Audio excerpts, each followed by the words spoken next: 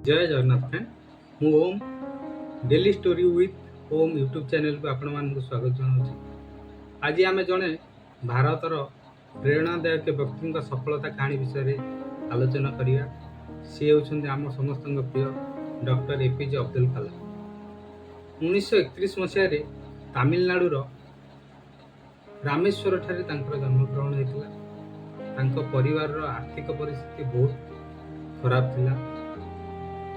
से छोट बेलू पाठ पढ़ा सहित निज परिवार आर्थिक परिस्थिति की सुधारिया निजे खबर कागज बांटू। दृढ़ परिस्थिति जेते कठिन होना कहीं जदि लक्ष्य स्पष्ट थाए ताले सफलता निश्चय मिल। तेणु से निजर स्वप्न केबे छाड़ी दे निजर कठिन परिश्रम बल से भारतर गोटे विशिष्ट वैज्ञानिक भाव निजक विवेचना करे एवं भारतर मिसाइल कार्यक्रम रे तांकर भूमिका बहुत गुरुत्वपूर्ण था। तेणु भारत सरकार द्वारा तांकु मिसाइल मैन ऑफ इंडिया भावे सम्मानित मध्य करा 2002 मसीह डॉक्टर कलाम को भारतर राष्ट्रपति भावे मध्य विवेचना करा बहुत बड़ पदवी रे थाई मध्य तांकर जीवन यापन बहुत सरल थिला, नम्र थिला एवं युवपीढ़ी को से सबु बेले प्रेरणा दे आसुछन।